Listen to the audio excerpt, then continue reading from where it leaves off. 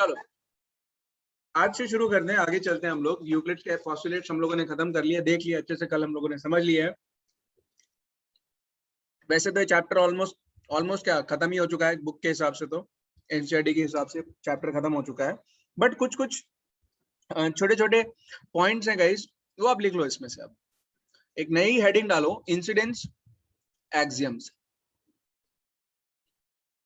लिखो incidence axioms.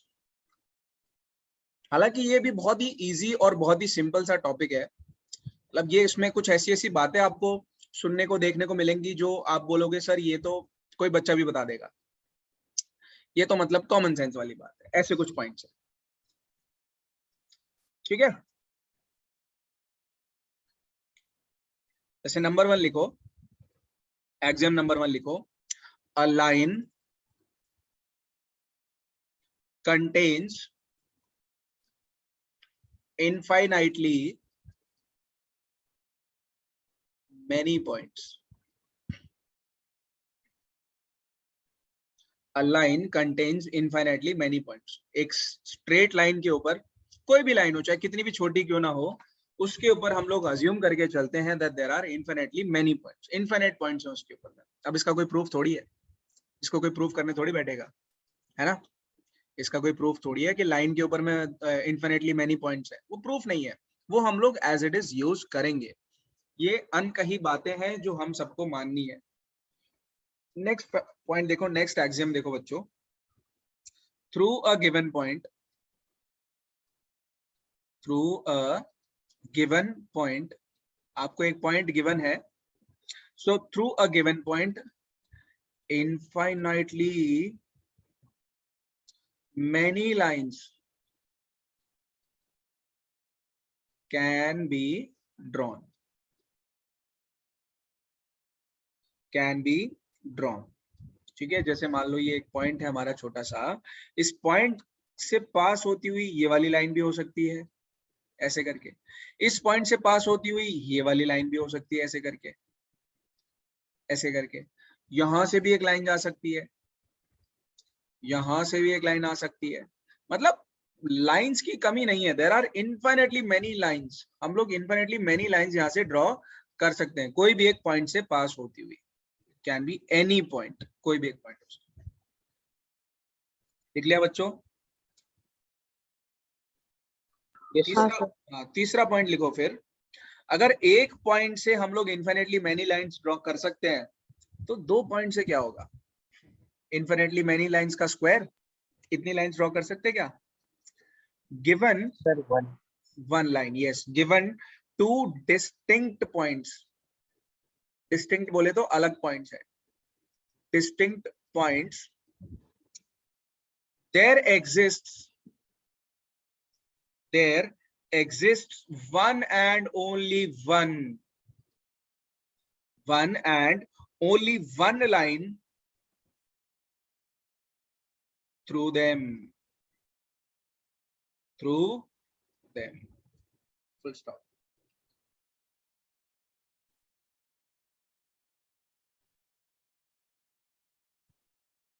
Clear बच्चों?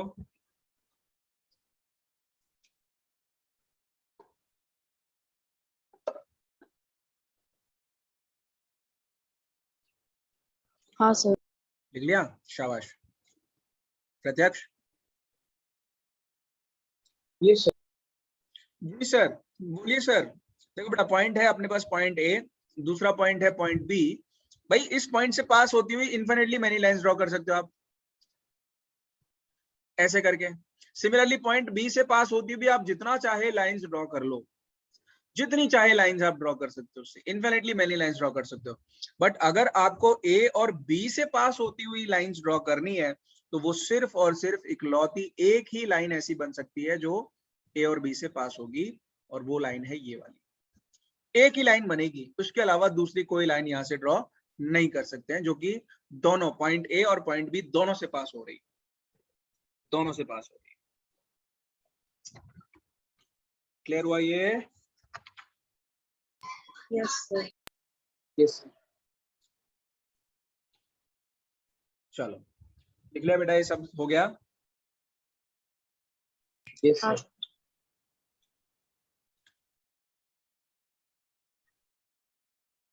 चलो अब स्टार लगा के कुछ पॉइंट्स लिख लो, स्टार लगा लो बस, 2 3 एक लाइन है बस। 3 or more points are collinear। को बोले तो सेम, लीनियर बोले तो line. So 3 or more points are collinear if one and only one and only one line can be made to pass through these points, समझ में आई सबको? ये समझ में आया बेटा कि अगर अपने पास में, हाँ, अगर अपने पास में कोई भी 3 पॉइंट है, वो 3 पॉइंट कोलिनियर तब कहलाएंगे जब उनके थ्रू पास होती हुई हम लोग एक स्ट्रेट लाइन ड्रॉ कर सकते हैं, अदरवाइज वो पॉइंट्स कोलिनियर नहीं है। जैसे मान लो बेटा ये पॉइंट है, ये पॉइंट और ये पॉइंट है, क्या आप बता सकते हो कि ये तीनों पॉइंट्स कोलिनियर है या नहीं है? सर बट उधर अगर स्ट्रेट नहीं होगा तो। हाँ, मतलब एक लाइन ऐसे खींच सकते हैं हम लोग, यस सर। एक लाइन ऐसे खींच सकते हैं, यस सर। बट क्या ये सेम लाइन है? No sir. नहीं है ना, ये लाइन अलग है और ये वाली लाइन अलग लाइन है। अब मुझे बताओ, क्या ये तीनों पॉइंट्स कोलिनियर लग रहे हैं आपको? Yes sir.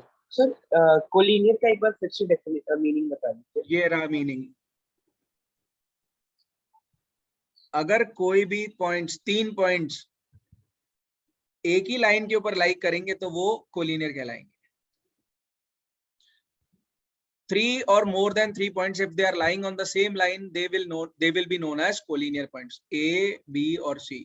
So ऐसे 3 पॉइंट्स जिनसे पास होती हुई एक स्ट्रेट लाइन हम लोग ड्रॉ कर सके और वो इकलौती ऐसी लाइन हो और वो तीनों से पास होनी चाहिए, एक ही लाइन हो और वो तीनों से पास होनी चाहिए, उसको बोलते हैं हम लोग कोलिनियर पॉइंट्स। उन पॉइंट्स को हम लोग बोलते हैं कोलिनियर पॉइंट्स। या फिर अगर समझना है तो ऐसे समझ सकते हैं कि अगर तीनों के तीनों पॉइंट्स एक लाइन पे लाई कर रहे हैं, सिंगल लाइन पे लाई कर रहे हैं, तो उसको हम लोग कोलिनियर पॉइंट्स बोलेंगे। सिंपल, खबर पड़ी? Yes sir. Yes sir. चलो शाबाश, गुड। ओके, एक और स्टार लगा लो। 3 3 3 3 3 3 3 or more lines are said to be concurrent। concurrent का मतलब समझ में आता है बेटा? intersecting। so 3 or more lines are said to be concurrent if they all pass through a unique point।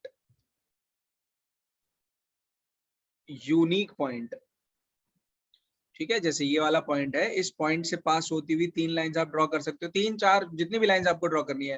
Let's suppose this is L1, ये L2 है, ये L3 है, L4 है। ये तीनों चारों लाइंस जो आपको दिख रही हैं, they are all passing through a single common point and इन लाइंस को हम लोग बोलेंगे कॉन्करेंट लाइंस।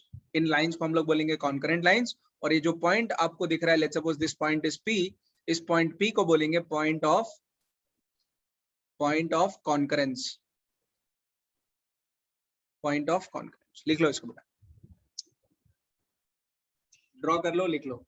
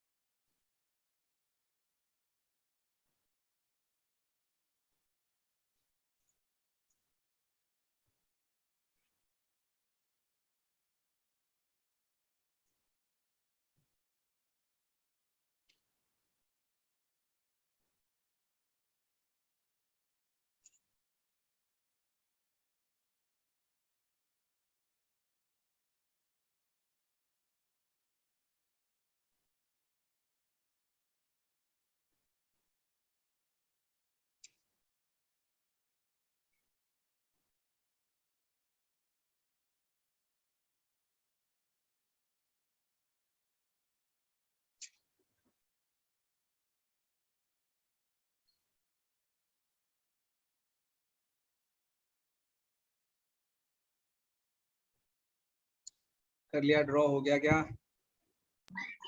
यस ठीक है, ठीक है, ओके ओके ओके। अब एक और स्टार लगा के लास्ट लिख लो, ये चैप्टर खत्म है, लास्ट लिख लो। प्लेफेयर्स एक्सियम, प्लेफेयर्स एक्सियम।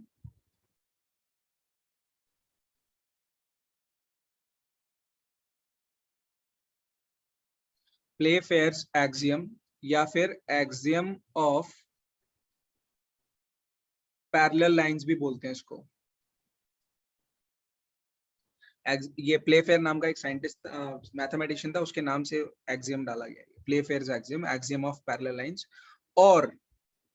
और इसको हम लोग equivalent version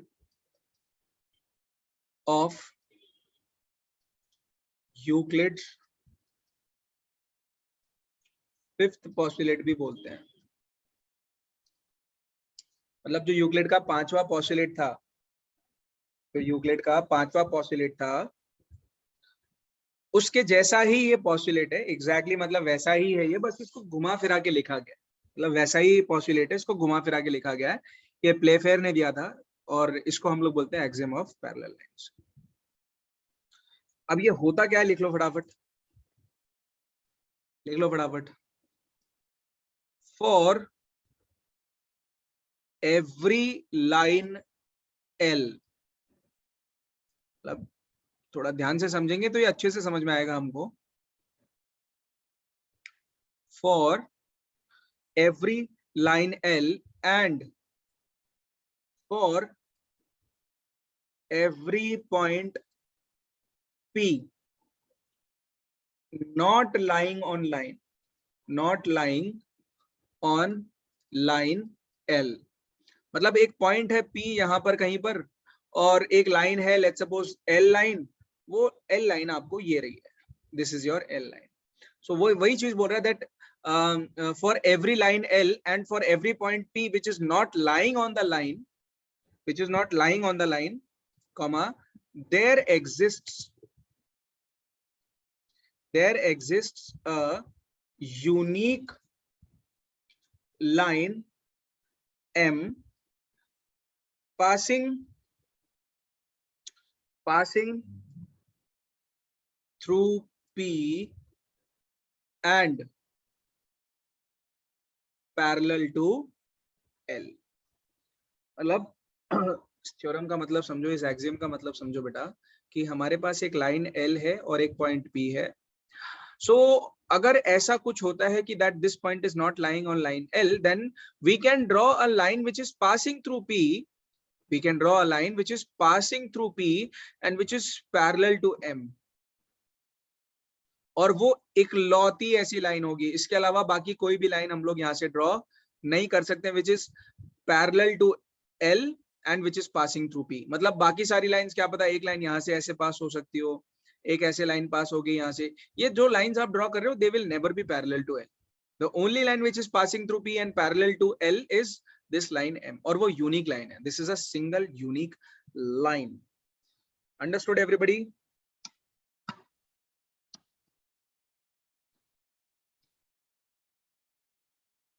understood? Yes sir. Pratyaksh clear हुआ बेटा ये? Yes sir. So with this I declare this chapter as खल्लास finish, मतलब ये चैप्टर अब यहाँ से समाप्त हो जाता है।